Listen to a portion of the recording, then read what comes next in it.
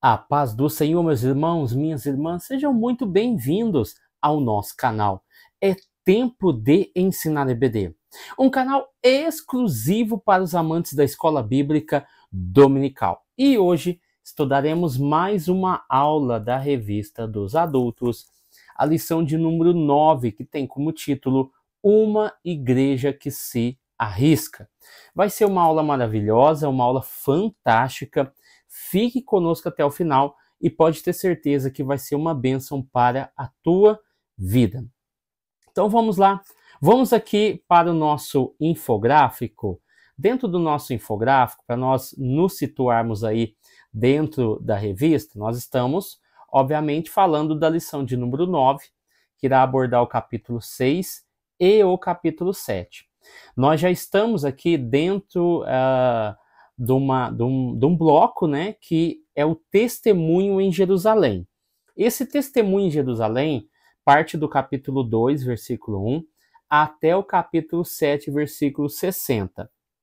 Então, isso significa que o testemunho em Jerusalém vai terminar agora, na lição de número 9, porque nós iremos abordar até o versículo 60 do capítulo 7. Para os irmãos entenderem, o capítulo 1 ao 7, nós estamos falando da igreja em Jerusalém. Do capítulo 8 ao capítulo 9, nós iremos falar sobre a expansão para Samaria. Capítulo 10 ao capítulo 15, nós estamos falando da inclusão dos gentios. Do capítulo 16 ao 19, nós estamos falando da evangelização do mundo. E o capítulo 20 ao 28, nós temos a prisão de Paulo. Então, nós estamos aqui dentro dessa última sessão, desse bloco, que vai encerrar essa parte da igreja em Jerusalém, ok? Depois já começa uma perseguição mais ferrenha com Paulo. Então, o capítulo 6, versículo 8 ao 10, um desses diáconos que foi escolhido, Estevão, revelou-se bastante eficaz em discutir com aqueles que atacavam a fé, e nós vamos trabalhar isso. Do versículo 11 ao versículo de número 15, os seus oponentes, que estavam aí frustrados pela capacidade de Estevão, apresentaram aí testemunhas falsas contra ele, e daí ele foi conduzido ao Sinédrio, ou seja, o Conselho Governamental e a Corte Suprema do Judaísmo. Partindo do capítulo 7, versículo 1 ao 53, na oportunidade, Estevão faz uma defesa muito inspirada, tendo como base a história sagrada, para demonstrar a rejeição persistente do povo de Deus dos agentes da salvação, enviados por ele. Ou seja, a seguir, Estevão vai aplicar a lição de sua história. A resistência de Israel culminaria no assassinato do justo de Deus, o Messias. Do versículo 54 ao 60 do capítulo 7, essa acusação corajosa enfureceu muito o concílio, quando Estevão declarou ter visto Jesus à destra de Deus, o lugar do poder. Os membros do concílio perderam o controle. Estevão é rapidamente conduzido às ruas, onde o apedrejaram até a morte. Então, esse é o resumo aqui do nosso capítulo 6 e o capítulo de número 7. Vamos lá? Então, entendendo isso, vamos partir para o nosso texto áudio. Nosso texto áudio se encontra em Atos capítulo 7, versículo 55, que tem 4 divisões muito importantes. Primeiro, mas ele estando cheio do Espírito Santo, ou seja, ele não estava, ele não fala do passado, estando ainda presente naquele momento, naquela circunstância, ainda estava cheio do Espírito Santo. O foco é os céus. Ele olha para os céus e ele vê algo, ou seja, ele vê a glória de Deus. E também, além de ver a glória de Deus, ele vê Jesus, que estava à direita, no caso a minha direita aqui, né? À direita de Deus. Vamos lá. Dentro da nossa verdade prática, o autor vai dizer que a igreja ela foi capacitada por Deus para enfrentar um mundo que é hostil à sua fé e também aos seus valores. O nosso plano de aula diz que nós estudaremos a vida e o testemunho de Estevão, um homem que foi cheio de fé, sabedoria e do Espírito Santo, e nós vamos ver também que ele é cheio de poder, e então são características importantes desse homem de Deus. E ele enfrentou uma oposição. Além da oposição, ele enfrenta também as falsas acusações. E por causa da oposição e das falsas acusações, por fim, ele recebe como prêmio o martírio, mas permaneceu firme na fé e na defesa do evangelho. Ou seja, o autor define que ele sofrerá o martírio, mas antes de acontecer esse martírio, ele permanece firme na fé e na defesa do evangelho. Então a sua história nos ensina muito, ensina a igreja atual a cumprir a sua missão.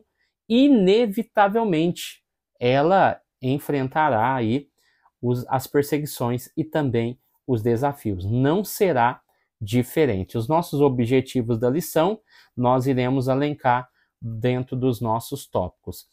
O conceito-chave aqui é perseguição e morte.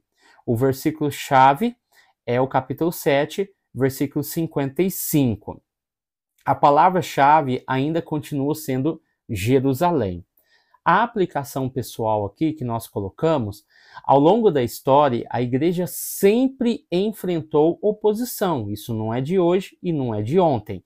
Mas assim como Estevão, somos chamados a permanecer firmes na fé que nos foi proposta. A verdade do evangelho será, sim, contestada. E a nossa responsabilidade é conhecer, defender e viver essa fé com coragem, porque esse é o nosso objetivo, essa é a nossa missão, tá bom? Então, como já foi falado, período inicial, nós estamos em Jerusalém. Vamos lá? A leitura bíblica em classe, Atos capítulo 6. Eu gosto de fazer as divisões, todo esse material já está na plataforma Kit da Escola Dominical, então eu vou deixar o link, você pode entrar lá e conferir. A primeira divisão, que é o versículo de número 8 até o versículo de número 10, vai falar sobre a história bíblica que nos apresenta Estevão, que é um homem usado por Deus para fazer sinais miraculosos e que, através desses atos, suscitaram a ira dos seus inimigos, opositores, e que queriam, posteriormente, a sua morte.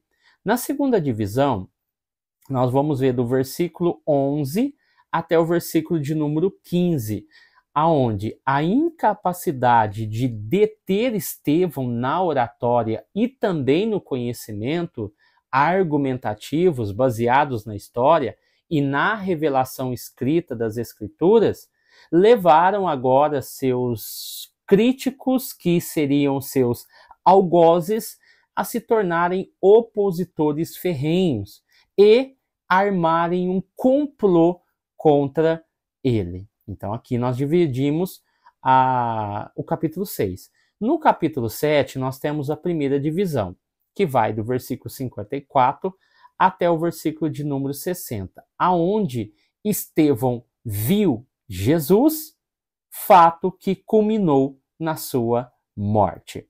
A segunda, aliás, uma divisão só aqui, né, no capítulo de número 7. Então vamos lá? Dentro da nossa introdução, eu também gosto de fazer as divisões, porque nos ajuda a entender melhor a proposta do autor para a revista, porque a introdução é o último ponto a ser feito dentro de um trabalho. Então, essa primeira parte aqui, o autor fala do testemunho da vida de Estevão, ou seja, é apresentado aqui a história, a trajetória e as características de Estevão. Na segunda parte, ele fala das falsas acusações, da oposição e também o martírio, ou seja, Estevão foi morto pela causa ou por causa do evangelho. E o fato que culminou na sua morte foi que ele viu Jesus assentado ao lado do Pai. Na terceira divisão, o autor fala da igreja que deve cumprir a sua missão, sabendo que dentro dessa missão ela sofrerá também perseguições e desafios. Com isso, há um desafio atual para a igreja de todo mundo e ela deve entender que a perseguição ela é real. A quarta divisão a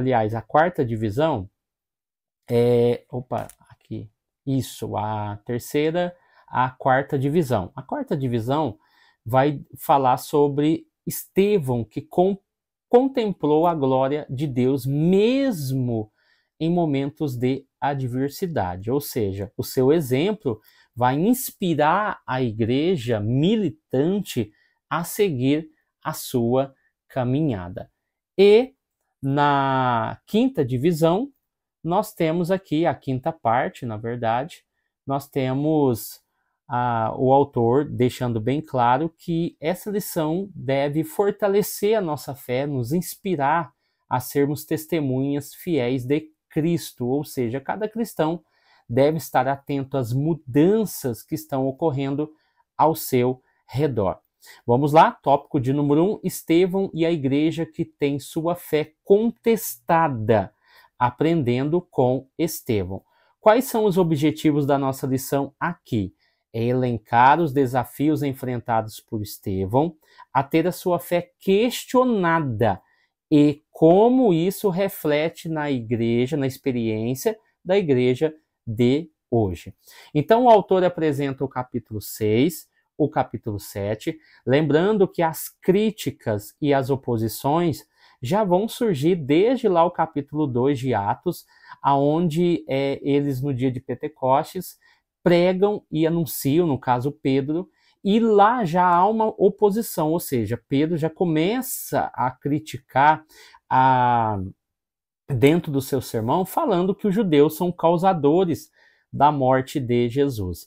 É no momento em que eles curam, Pedro e João curam o paralítico há 40 anos naquela situação, na Porta Formosa, que eles são interrogados, levados à custódia no capítulo de número 4, eles também falam que os judeus foram os responsáveis pela morte de Jesus, embora isso estava já no plano de Deus. Eles colocam eles em custódia e logo após a sua soltura, a igreja está orando por eles e eles orando junto com a igreja, o Espírito do Senhor desce sobre eles, o Espírito Santo, e eles saem ali cheios de poder para transmitir a palavra de Deus. E assim vai se suceder no capítulo de número 5, nós temos o episódio, o capítulo 5, né, o episódio ao qual eles também são presos após o evento de Ananias e Safira. Eles são presos por causa dos sinais que estão sendo feitos. Isso você vai ver no versículo 12 ao 16 do capítulo 5, logo após a história de Ananias e Safira. E agora não são Pedro e João, agora são os apóstolos que são presos. Mas um anjo solta eles da prisão e pedem para eles irem e voltarem ao templo para anunciar o evangelho. Logo em seguida nós temos a história dos diáconos e aí nós entramos também, a partir do capítulo 6, na história propriamente dita de Estevão, incluindo o capítulo de número 7. Então, o capítulo 6 e 7 é uma continuação das histórias que estão acontecendo e, novamente, a fé é colocada à prova sem espaço para indecisão.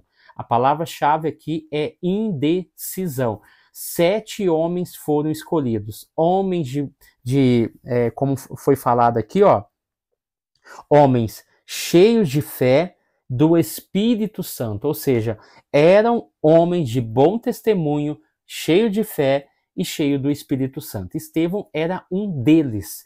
E esse homem sofreu esse tipo de afronta e o autor deixa bem claro, não é momento e não há espaço para indecisão. Estevão é o primeiro nome a ser mencionado na lista em Atos capítulo 6, versículo 5. No versículo 8, ele é apresentado em um cenário de disputa teológica na sinagoga dos homens livres. Seu sermão de defesa se estende do capítulo 7, versículo 2, até o versículo de número 53. Então, há uma rápida menção do nome, das características de Estevão e os demais, e logo em seguida o texto já apresenta Estevão em um debate teológico, filosófico, ao qual eles tentam, de alguma forma, forçá-lo a acreditar nas suas convicções. Então, a ideia de indecisão. O que é a indecisão que o autor colocou aqui? É a incapacidade de tomar uma decisão devido à falta de clareza que muitas pessoas têm, ou a certeza de que muitas pessoas têm sobre o que fazer naquele momento e de que forma fazer. É um estado de incerteza que pode afetar qualquer pessoa em diferentes momentos da vida, isso é fato, e nós vamos ver que por causa do medo, da dúvida, da ansiedade ou da falta de informação, a incerteza se instaura. Então, no caso de Estevão, não se instaurou na vida dele porque ele não teve medo, ele não teve dúvida, ele não tinha falta de informação, pelo contrário, seu sermão mostra muito conhecimento, e também nenhum tipo de ansiedade, por causa que ele estava muito convicto daquilo que ele tinha que fazer. Então, ele sabia que ele deveria sustentar a sua fé e explicar a sua fé e a sua crença. Ou seja, a igreja, nesse momento, nessa era que nós vivemos, precisa acreditar e também responder aos desafios que acontecem hoje em dia, assim como aconteceu também na época de Estevão. Algumas características eu coloquei aqui, características peculiares da vida de Estevão. Lucas vai descrever que a vida e ministério carismático de Estevão são cheio do Espírito Santo e de sabedoria, versículo de número 3. E ele é homem cheio de fé e do Espírito Santo, versículo de número 5. Agora, ele descreve os dons carismáticos de Estevão em termos de ele ser cheio de fé e de poder. Então, olha a diferença. No primeiro momento, ele é um homem cheio de fé e do Espírito Santo, versículo 5. No versículo 3, havia sido apresentado como homem cheio do Espírito Santo e de sabedoria. Tanto é que ele usou essa sabedoria. Só que o versículo de número 5, né? Aliás, deixa eu voltar aqui. O versículo 3 apresenta Estevão cheio do Espírito Santo e de sabedoria, ok?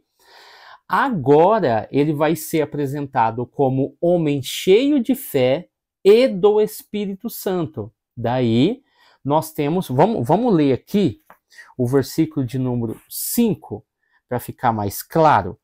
Todos concordaram com a proposta dos apóstolos, então escolheram Estevão, um homem cheio de fé e do Espírito Santo. Aqui, no versículo de número 8, faltou o número 8 aqui, é porque eu coloquei mais embaixo e me confundi. No versículo 8, Estevão, um homem muito abençoado por Deus e cheio de poder. A característica que aparece aqui sobre Estevão é um homem cheio de graça, que é charis, e poder, que é dinamis, ou seja, indica que ele está habilitado a fazer prodígio e grandes sinais entre o povo. Tanto é que no versículo 3 do capítulo 6, ele foi escolhido entre os 7. No versículo 5, apresenta uma característica que ele é um homem cheio de fé, do Espírito Santo. Isso é ótimo, é importante. No versículo 8, como já foi falado, ele é apresentado como um homem cheio de graça, que é charis, e de poder que é dinamis, ok? No versículo 15 do capítulo 6, o texto vai dizer que há uma característica peculiar. O seu rosto parecia o rosto de um anjo. Então, essas características peculiares é importante para nós ressaltarmos aqui. Então, o versículo 5 e o versículo de número 8, ok? Então, vamos lá. Então, o autor deixa bem claro que é preciso estar preparado. Por quê? O cristão deve estar disposto a permanecer firme, então nós precisamos de estar preparado, mesmo que isso signifique a perda da nossa liberdade ou da própria vida. Então, essa lição vai nos ensinar muito sobre os tempos difíceis, ok? Então, todos os diáconos estavam cheios do Espírito e sabedoria. O versículo 3 do capítulo 6 define que todos eles eram cheios do Espírito e de sabedoria. A palavra aqui cheio, pleris, né, indica duração, ou seja, é uma qualidade de plenitude espiritual, que o habilita a falar sob grande inspiração e fazer prodígios e sinais e maravilhas que serão descritos no versículo 5 e o versículo de número 8, ok? Então, capítulo 6, versículo 5 ao 7 vai dizer: todos concordaram com a proposta dos apóstolos, então escolheram Estevão, um homem cheio de fé e do Espírito Santo. Também Filipe, Prócoro, Nicanor, Timon, Parmenas e Nicolau de Antioquia, um não-judeu que antes tinha se convertido ao judaísmo. Esses homens foram levados aos apóstolos, que oraram e puseram as mãos sobre a cabeça deles. Então a palavra de Deus continuava a se espalhar, e em Jerusalém um número grande de seguidores de Jesus crescia cada vez mais. E um ponto crucial é que os sacerdotes, o número de sacerdotes judeus que aceitavam a fé também crescia muito. Então, o sucesso desses testemunhos cristãos em Jerusalém desperta uma oposição, como já aconteceu lá no capítulo 4, logo após a cura do aleijado da Porta Formosa, que estava naquela condição há 40 anos, e também no capítulo 5. Enquanto o capítulo 4 fala sobre João e Pedro, no capítulo 5 inclui todos os apóstolos. Mas nesta ocasião em particular, que é o capítulo 6 e 7, a oposição se estende além do sinédrio e das autoridades do templo, e inclui os membros de uma sinagoga de fala grega e o povo em geral. Então, Estevão se torna uma vítima da resistência dessas pessoas ao evangelho. Então, o cenário vai mudar. Antes era o templo. Agora não é o templo mais. Agora é uma das sinagogas que é definida como a sinagoga dos homens livres. A fé sob ataque. O autor vai dizer aqui que um grupo de judeus que vivia fora de Israel, chamado de judeus helenistas, se levantou contra Estevão. E eles faziam parte aí, ou eram descendentes dos judeus da diáspora. Aí o versículo de número 9 vai dizer: mas ficaram contra ele alguns membros, não eram todos, da sinagoga dos homens livres, que era a sinagoga dos judeus que tinham vindo das cidades de Cirene, Alexandria, Cilícia e da província da Ásia, e começaram a discutir com Estevão. Então, o que é essa diáspora judaica? Nós temos duas hipóteses aqui. A diáspora judaica começou com a destruição do primeiro templo em Jerusalém pelos babilônicos, ok? 586 a.C. E também a segunda opção seria que esses homens dessa sinagoga eram descendentes de homens que foram aí, que continuou com a destruição do segundo templo pelos romanos em 70 depois de Cristo, né? Então, nós temos essas duas diásporas que aconteceram, né? 70 depois de Cristo e 586 antes de Cristo. Então, durante a diáspora, os judeus foram forçados a deixar a terra de Israel e se estabelecer em várias partes do mundo, né? No caso aqui, Europa, Ásia e África. O primeiro ponto de vista aqui é que os judeus de fala grega, percebam, judeus de fala grega. Qual foi o problema que eles resolveram no capítulo 6? Que as mulheres viúvas gregas estavam sendo prejudicadas em virtude das mulheres de fala hebraica. Os judeus de fala grega da sinagoga dos libertos, provavelmente prisioneiros de guerra libertados pelos romanos, discutem com Estevão. Alguns desses judeus vieram de Cirene e Alexandria. Outros vieram da Cilícia e da Ásia. O segundo ponto de vista, a respeito do significado de libertos, era provavelmente os descendentes de alguns judeus que tinham sido levados a Roma como cativos por Pompeu, que foi no ano 63 antes de Cristo, e tinham sido libertos pelos seus opressores. Então, aqui a gente já descarta o ano 70, como já foi falado aqui. Depois do seu retorno a Jerusalém, tinham formado uma congregação e usavam particularmente uma sinagoga. Então, quantas sinagogas são indicadas aqui nesse versículo? Então, é uma questão interessante. Alguns estudiosos dizem que são uma, outros dizem que são duas, 3, 4 ou 5. Ou que todas as hipóteses são possíveis, no que diz ao texto grego.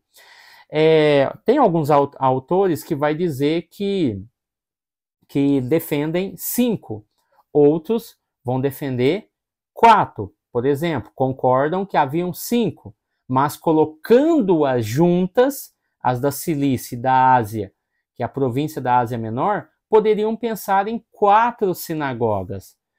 Alguns definem como 3, seria a dos libertos, a dos sirineus e a dos alexandrinos, e Cilícia e da Ásia junto. Então, nós teríamos o quê? 3, né? Outros acreditam que seria apenas 2, tá? E aqui também eu coloquei que Calvin, né, sustenta que havia somente uma sinagoga composta dos libertos das 4 regiões listadas. Então aqui Bruce está propenso a entender que a referência a uma sinagoga frequentada por homens libertos, judeus ou seus descendentes, dos diversos lugares mencionados, essa pode ser a melhor conclusão. Aqui o autor também destaca, Alexander, né, que uma construção diferente, talvez a mais simples, é conectar sinagogas somente com o primeiro nome e entender o resto dos indivíduos como pertencentes às nações mencionadas. Então, você pode entender que foram uma, pode entender que foram 3, pode entender que foram 4. O fato é que essa questão não muda o fator, não muda o fato que aconteceu. Então, esse levante aí vai acontecer, irmãos, logo após Estevão fazer prodígios e grandes sinais entre o povo. Por quê? É o versículo de número 8, não é verdade? Tanto é que nós vamos entender que a questão da discussão vai acontecer a partir do versículo 9 do capítulo de número 6. E sempre após, perceba, em Atos 4, eu até anotei aqui, em Atos 4, as autoridades colocam Pedro e João em custódia devido ao milagre do coxo, ok? Que aconteceu em Atos 3. Em Atos 5, os apóstolos são presos após uma sucessão de milagres e maravilhas ocorridos no versículo 12 ao 16 do mesmo capítulo. Em Atos 6, a confusão ocorre após a menção de um número expressivo de conversões de sacerdotes judeus e grandes maravilhas e milagres no versículo 7 e 8 do mesmo capítulo. Então percebam que é sempre depois de uma sucessão de milagres e também dentro dessa questão da sucessão de milagres é também o momento ao qual eles estão em custódia ou preso, é que eles expõem o seu sermão falando justamente da maldade do coração dos judeus. Porque são dois. O que nós não podemos deixar de entender até aqui, irmãos, é isso. Que são dois pontos importantes. Primeiro, a pregação dos judeus, aliás, dos apóstolos, tinha uma finalidade. Primeiro, acusar os judeus de que eles haviam matado Jesus, e isso eles odiavam ouvir. E outra coisa é falar que Jesus havia ressuscitado. Tanto é que no começo, lá no capítulo 4, após a cura do coxo, você percebe que quem persegue os apóstolos não é os fariseus, é os saduceus, porque eles não acreditam em ressurreição. E aqui nós temos agora um grupo diferente, um grupo da sinagoga dos libertos, que vai confrontar Estevão de maneira particular. Então percebam que estas duas ênfases, a ressurreição de Jesus e a pregação, a acusação de que eles haviam matado Jesus, fazem com que os judeus fiquem bastante aborrecidos e raivosos, ok? Então vamos lá. Marcos capítulo 14, versículos 57 ao 59, vai dizer: E alguns se levantaram e acusaram Jesus com mentiras. Nós ouvimos quando ele disse: Vou destruir esse templo que foi construído por seres humanos, e em 3 dias levantarei outro que não será destruído por seres humanos. Essa é a acusação ao qual se levantaram contra Jesus. Também compraram pessoas. Quais os grupos aqui, irmãos, que fizeram parte desse levante? O versículo de número 9. Os sirineus eram de Cirene, norte da África, onde viviam muitos judeus. Os alexandrinos, que eram de Alexandria, no Egito, que somente superada por Roma como a maior metrópole do Império Romano. Cilícia é de especial interesse, uma vez que é a província natal de Paulo. É perfeitamente provável que o jovem fariseu Saulo pertencesse a essa sinagoga e disputasse com Estevão. Perceba, irmãos, que detalhe interessante. Aqui está falando que haviam judeus da Cilícia. E quem é que aparece no cenário da morte de Estevão segurando as capas daqueles que estavam jogando as pedras em Estevão? Justamente Saulo. E muito provavelmente ele fazia parte dessa sinagoga dos libertos. Olha que detalhe mais interessante aí. Vale um joinha aí, meus irmãos. Vamos lá. A Ásia. Como sempre no Novo Testamento, refere-se à província romana da Ásia, localizada na extremidade oeste da Ásia Menor, ou seja, a moderna Turquia.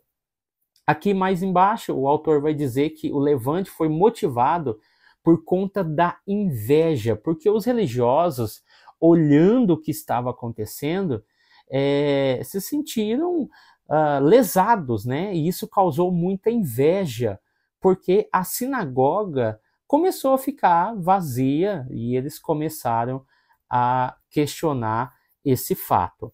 O capítulo 4, versículo 2 vai dizer: E eles ficaram muito aborrecidos, porque os 2 apóstolos estavam ensinando ao povo que Jesus havia ressuscitado, e isso provava que os mortos vão ressuscitar. O capítulo 4, versículo 2. Vamos ver a sequência. Capítulo 5, versículo 17. Então o grande sacerdote e todos os seus companheiros, que eram do partido dos saduceus, ficaram com inveja dos apóstolos e resolveram fazer alguma coisa.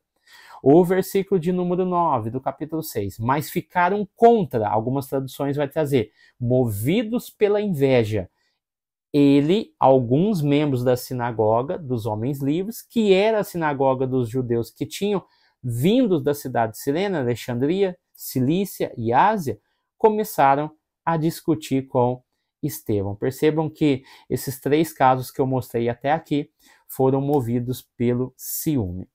A disputa com Estevão, subtópico de número 3.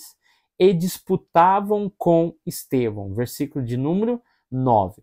O vocábulo aqui para disputavam, e o autor traz essa questão aqui, estava no campo da discussão religiosa e filosófica, ou seja, disputavam, não era uma briga, era uma discussão religiosa e filosófica, aonde os pontos de vista estavam sendo examinados ou desafiados. Então, era normal que cada um tentasse impor ao outro a forma de enxergar as coisas. Mas esta ocasião aqui é a primeira vez que os crentes confrontam seus oponentes em uma discussão aberta. É a primeira vez que isso vai acontecer. O conflito aqui entre Estevão e os da sinagoga dos libertos se torna uma luta intelectual. Argumentos que centralizam na questão da validade da lei e do tempo. É isso que eles estavam discutindo. Estevão mede força com seus inimigos, num debate aberto, só que eles não conseguem controlar suas ações e palavras proféticas que são liberadas por Estevão. Então, o autor vai dizer que não estavam eles, os libertos, não estavam simplesmente discutindo, mas procurando a todo custo sobrepor a sua cosmovisão, nem que se fosse pela força. Então, os adversários de Estevão acusaram-o de blasfêmia e lançaram mão em obter falso testemunho, e isso aconteceu com Jesus. Estevão e Jesus é muito semelhante, nós já estamos fazendo esse paralelo, e acusaram ele. Qual que foi a acusação, irmão? Blasfêmia. Blasfêmia contra quem? Contra Moisés e contra Deus. Tanto é que o versículo 11 vai destacar isso. Então eles pagaram algumas pessoas para dizerem: nós ouvimos esse homem dizer blasfêmias contra Moisés e contra Deus. Ou seja, pela primeira vez no texto de Atos, o povo é instigado contra os cristãos. Até aqui, até nesse momento, os judeus, os líderes, estavam com medo do povo, da reação. Agora, eles começam, no caso aqui, os da sinagoga dos libertos, começam a instigar o povo contra os cristãos. Mas as falsas testemunhas envenenam a mente do povo contra os discípulos, torcendo, as declarações de Estevão. Até aqui, as autoridades têm restringido as suas ações contra os discípulos, por temerem o povo. Isso você vai ver no capítulo 2, versículo 47. Agora nós vamos ver a disputa entre Estevão e os judeus de fala grega, que se concentrava-se na interpretação da lei. Isso é importante você entender. Ou seja, concentrava-se na interpretação da lei de Moisés e do propósito de Deus para a adoração no templo. Primeiro, como portador da lei, Moisés representou a revelação de Deus, correto? Dada aos judeus no Monte Sinai. Ele simbolizava tudo o que era santo e estimado nessa religião judaica. Negar Moisés era atacar a autoridade divina, por isso que ele foi acusado de blasfêmia contra Moisés, e validez da adoração e das práticas do templo. Então, Estevão é acusado de mudar os costumes passados por Moisés. No versículo 14 e no versículo 13, nós vemos isso. Então arranjaram alguns homens para dizerem mentiras a respeito dele. Essas pessoas afirmavam o seguinte: esse homem não para de falar contra o nosso santo templo e contra a lei de Moisés. Nós o ouvimos quando ele dizia que esse Jesus de Nazaré vai destruir o templo e mudar todos os costumes que Moisés nos deu. É a mesma coisa que eles fizeram com Jesus. O segundo ponto aqui como eu já falei da lei de Moisés, é a adoração do templo, prescrevia para o povo de Israel a ordem divina de adoração, não é verdade? Então, questionar a ordem do templo era visto como violação do poder e majestade de Deus. O que Estevão ensinou realmente estava de acordo com as profecias do Antigo Testamento, de que Deus não habita em templos feitos por mãos de homens. O versículo 48 e 49 vai dizer: porém, o Altíssimo não mora em casas construídas por seres humanos. Como disse o profeta, o céu é o meu trono, diz o Senhor, e a terra é o estrado onde descansam os meus pés. E o texto continua. Então, a substância eterna e espiritual do Antigo Testamento é preservada no Evangelho, mas cerimonial e adoração, aliás, mas Estevão percebe que a obra salvadora de Cristo dá um fim à ordem do templo com seu cerimonial e adoração sacrificial. Uma nova dimensão, segundo Estevão, vai surgir com Deus, que foi introduzida por Jesus. Então, tal comunhão que ele apresenta excede o templo e sua adoração. Em outras palavras, o velho templo está sendo substituído por um novo templo, a igreja cristã. Capítulo 15 de Atos, versículo 16 ao 18. O exclusivismo do judaísmo está acabando e Deus o está substituindo com o universalismo do movimento cristão. A substituição desse templo feitos por mãos de homens significa que o povo de Deus pode ter uma comunhão dinâmica. Esse é o escopo, esse é a cerne do sermão de Estevão, né? Que vai aqui do versículo de número 2, ele aborda Abraão, ele aborda José, ele aborda Moisés, e vai até o versículo de número 51. E Estevão terminou dizendo, ok? Então vamos lá. A falsa narrativa, subtópico de número 4. A igreja sempre teve de lidar, né, e combater essas falsas narrativas. Nos tempos de Jesus, se você olhar em João capítulo 7, versículo 12, também nós temos narrativas acontecendo concernente à pessoa de Jesus. Ele também destaca aqui a questão de Paulo. Atos capítulo 17, versículo 7, é bom que você leia depois, que ali ele estava sendo acusado de desobedecer à lei do imperador. O capítulo 28, versículo 13 de Mateus, também nós temos uma narrativa, aonde os líderes pedem para que os soldados façam o seguinte: digam aos discípulos dele, digam que os discípulos dele vieram de noite quando vocês estavam dormindo e roubaram o corpo. São narrativas que mudam a forma de pensar, a perspectiva, a expectativa, e também você tem, através da narrativa, a mudança de opinião pública. Então, de fato, pregar a respeito de Jesus, da ressurreição, ou acusar de pregar deuses estranhos, aqui também é outra menção em Atos capítulo 17, versículo de número 18, alguns professores epicureus e alguns estoicos discutiam com ele e perguntavam: o que é que esse ignorante está querendo dizer? Outros comentavam: parece que ele está falando de deuses estranhos. Diziam isso porque Paulo estava anunciando Jesus e a sua ressurreição. Então, hoje, não é diferente como o autor está mencionando. Eu fiz uma nota aqui importante, uns destaques, do versículo 11 ao versículo 14 do capítulo 6, percebam algumas palavras-chave aqui. Então, eles pagaram algumas pessoas para dizerem. No versículo 12, a tática foi diferente. Atiçaram o povo, os líderes e os mestres da lei. São 3 categorias aqui.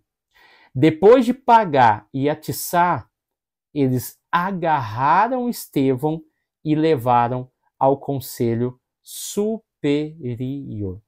Percebam como, a partir de uma narrativa, você tem aí a questão da conclusão dos fatos. Estevão está onde o seu mestre estava quando ele foi condenado à morte, ou seja, Estevão foi levado da sinagoga para o sinédrio, mesmo local aonde Jesus foi acusado de blasfêmia. O Estevão, cheio do Espírito, deve ter sabido que ele sofrerá o mesmo destino que Jesus. Com suas palavras diante do conselho, ele faz um extraordinário discurso. Após o seu discurso, aliás, no versículo 13, então arranjaram alguns homens para dizerem mentiras, ou seja, é uma das táticas que vai acontecer. Então nós temos aí a questão do arranjar, agarrar, atiçar e pagar. Aqui eles arranjaram mais alguns homens para dizerem mentiras a respeito dele. Então essas pessoas afirmaram o seguinte: este homem não para de falar contra o nosso templo e contra a lei de Moisés. Nós o ouvimos quando ele dizia sobre esse Jesus que iria destruir o templo e mudar todos os costumes. Então, do que se constitui uma narrativa? Isso é importante, irmão. Uma narrativa falsa é uma história, um relato que não é baseado em fatos reais, ou que é intencionalmente distorcido para enganar e manipular as pessoas, ou seja, mudar a opinião pública sobre um ponto de vista ou um assunto. Então, quais são as características de uma narrativa falsa? Primeiro, as informações elas são imprecisas. Segundo, há uma distorção da realidade. Terceiro, há uma manipulação emocional. Você manipula algumas pessoas e através dessas pessoas você manipula a emoção das outras. Quarto ponto, a falta de evidências. Mas, como é uma narrativa, só basta você espalhar.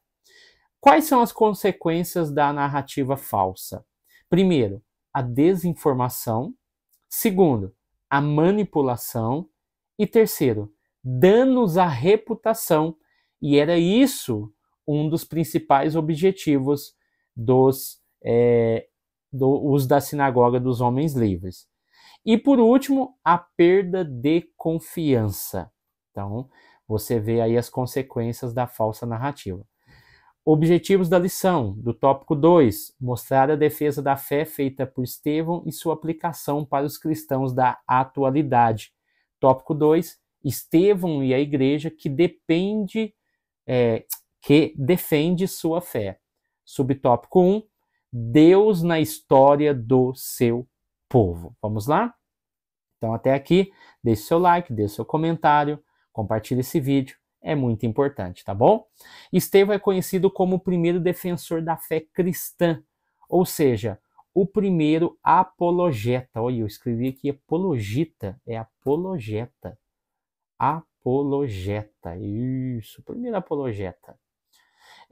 E também o primeiro mártir da igreja, numa defesa apaixonada de fé, usando a própria história do povo de Israel como base. Isso nós vamos ver no capítulo 7. Para provar que Jesus é o Cristo, Estevão utiliza-se de 3 nomes importantíssimos. Abraão, no capítulo 7, versículo 1 ao 8, José, no versículo 9 ao 16 do mesmo capítulo, e Moisés, do capítulo 7, versículo 17 ao versículo 43. Qual foi o objetivo? Que todos eles viveram na esperança da vinda do Messias, mas que mesmo sendo tão esperado, acabou sendo rejeitado, assim como Estevão faz a sua denúncia. Então, a chamada apologética deve ser sempre o objetivo central, apontar para Jesus Cristo. Então, a apologética cristã é uma disciplina aplicada à defesa da fé, dos valores, princípios e costumes cristãos. Então, nós temos esse papel de defender a nossa fé cristã. O segundo subtópico vai falar sobre os corações endurecidos. Aqui, concluindo a sua defesa, Estevão vai dizer o seguinte, do versículo 51 ao 53. E Estevão terminou dizendo, porque lembra que nós começamos o sermão de Estevão aqui no versículo de número 2 do capítulo 7, e o sermão vai até o versículo 51, e do 51 ao 53, ele faz a conclusão. E Estevão terminou dizendo: como vocês são teimosos, como são duros de coração e surdos para ouvir a mensagem de Deus. Olha como Estevão é duro. Vocês sempre têm rejeitado o Espírito Santo como seus antepassados rejeitaram. E eu falei com vocês sobre Moisés, falei sobre Abraão, falei sobre José. Qual foi o profeta que os antepassados de vocês não perseguiram? É um ponto de interrogação. Eles mataram os mensageiros de Deus que no passado anunciaram a vinda do bom servo. Jesus também fez essa crítica. Jerusalém, Jerusalém, que mata os seus profetas. E agora vocês o traíram e o mataram. Vocês receberam a lei por meio de anjos e não têm obedecido a essa lei. Não foi entregado por homem, não foi escrito por homem, foi dado por Deus por meio de anjos, e vocês têm desobedecido esta lei. Então o texto mostra que para o Espírito Santo não há espaço para coração endurecido. Eles estavam com o coração endurecidos. Então Estevão, em uma defesa suficientemente convincente, seus adversários preferiram ignorar. Então Estevão ele apresenta uma ampla evidência para ressaltar justamente a denúncia profética dos líderes da nação, assim como fez Pedro e assim como fez os demais apóstolos que nós temos menção antes do capítulo de número 7. Todos eles falavam da ressurreição de Jesus e da crítica à morte do Messias e diziam em alto e bom som, usando o Velho Testamento como base, que eles haviam matado o Messias. Então essa denúncia profética dos líderes da nação, no clímax do discurso, ele tocou os ouvintes numa ferida aberta. Em consequência das suas palavras proféticas, provocaram grande raiva no Sinédrio, né? E eles foram retratados como pertencentes a uma nação idólatras e são acusados de serem culpados de crucificar o Messias. As acusações contra eles foram apoiadas por várias escrituras. Uma explosão de ira irrompe contra Estevão. E eles rangem os dentes contra ele, e ele apresentou uma grande defesa. Mas ainda que o Sinédrio o condene, eles não podem resistir à sabedoria e ao espírito que Estevão falava. Né?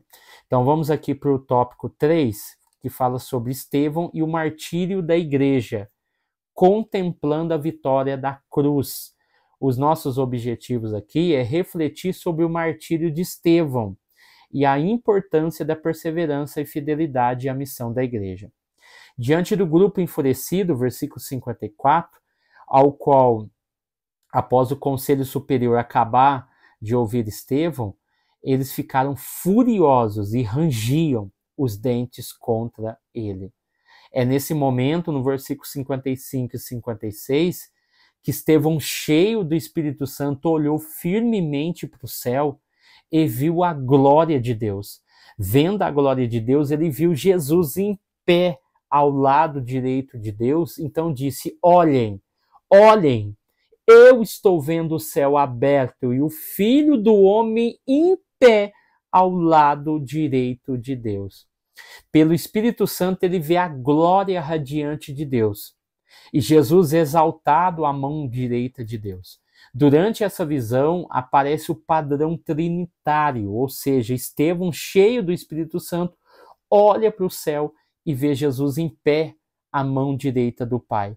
Essa visão não deixa dúvida sobre o lugar de Jesus na deidade. Só aqui no Novo Testamento, Jesus é retratado a estar em pé, em vez de estar sentado à mão direita. Essa explicação mais satisfatória é que ele está agindo no papel de intercessor, advogado e testemunha. Então ele fica de pé. Então esse é o papel. E Deus, como juiz, está sentado ouvindo o advogado, intercedendo e testemunhando, ou seja, sua posição sugere que ele está confessando. Então aqui Estevão, assim como Paulo, demonstrou estar prontos, não somente para sofrer, mas também para morrer. O capítulo de número 21 de Atos, versículo 13, diz: mas ele respondeu, por que vocês choram assim? Me deixam tão triste? Eu estou pronto não somente para ser amarrado, mas até para morrer em Jerusalém, pela causa do Senhor Jesus. Subtópico 2, perdoando o agressor. A última declaração de Estevão antes da sua morte é marcante e cheia de significados. Versículos 57 ao 60. Mas eles taparam seus ouvidos e gritavam bem alto. Avançaram todos contra Estevão. Depois o jogaram para fora da cidade e o apedrejaram. E as testemunhas deixaram um moço chamado Saulo, que fazia parte da sinagoga dos libertos, tomando conta das suas capas. Enquanto eles atiravam as pedras, Estevão clamava Jesus, dizendo: Senhor Jesus, recebe o meu espírito. Depois ajoelhou-se e gritou com voz forte: Senhor, não condenes essa gente por causa deste pecado. E depois que disse isso, ele morreu. Aqui vemos um cristão que não teme a morte, porque contempla a coroa da vida. Antes de Estevão morrer, todos ouvem esta testemunha inspirada oferecer uma oração de perdão aos seus executores. Somente o poder do Espírito Santo pode capacitar Estevão a fazer essa oração que ele fez, como Jesus havia feito. E ele foi rejeitado por sua própria gente. Ou seja, Estevão é um profeta rejeitado, assim como Jesus. Então, descrevendo o que é característico da morte de um crente, Lucas diz simplesmente: adormeceu. Então, para o cristão não há morte, ele adormeceu. A morte deste diácono carismático está em contraste com o frenesi fanático da turba. Sua morte se torna a principal transição. Por quê? Agora, a perseguição da igreja se expande e é difundida por toda a Judéia e Samaria, cumprindo aquilo que foi falado no versículo de número 8, capítulo de número 1. Porém, quando o Espírito Santo descer sobre vocês, vocês receberão poder e serão as minhas testemunhas em Jerusalém, e o ciclo vai se fechar agora com a morte de Estevão, e agora, a partir de Saulo, vai se estender a Judéia e Samaria e até os confins da terra. Então, o versículo 59, apedrejaram Estevão. Em evocação, tem um particípio singular indicando Estevão. Esse trecho poderia ser traduzido da seguinte forma: ele estava chamando. Esta oração do primeiro mártir, na hora da morte: Senhor, não lhe impute esse pecado, que do versículo 60, foi um eco da oração do Senhor Jesus na cruz. Lucas 23:34. Pai, perdoa-lhes, porque não sabem o que fazem. Estevão tinha o espírito do seu mestre.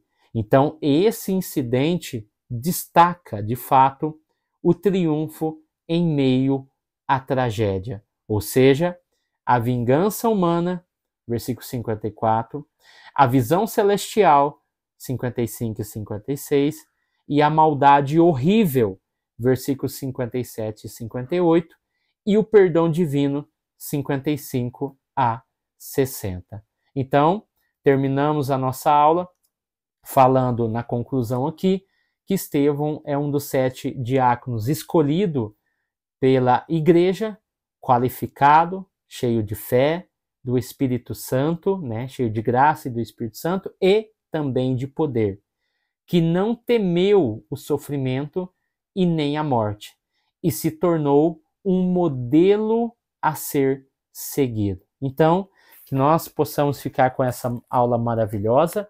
Deus abençoe você, sua casa, sua família. Fique com Deus e até o próximo vídeo, em nome de Jesus.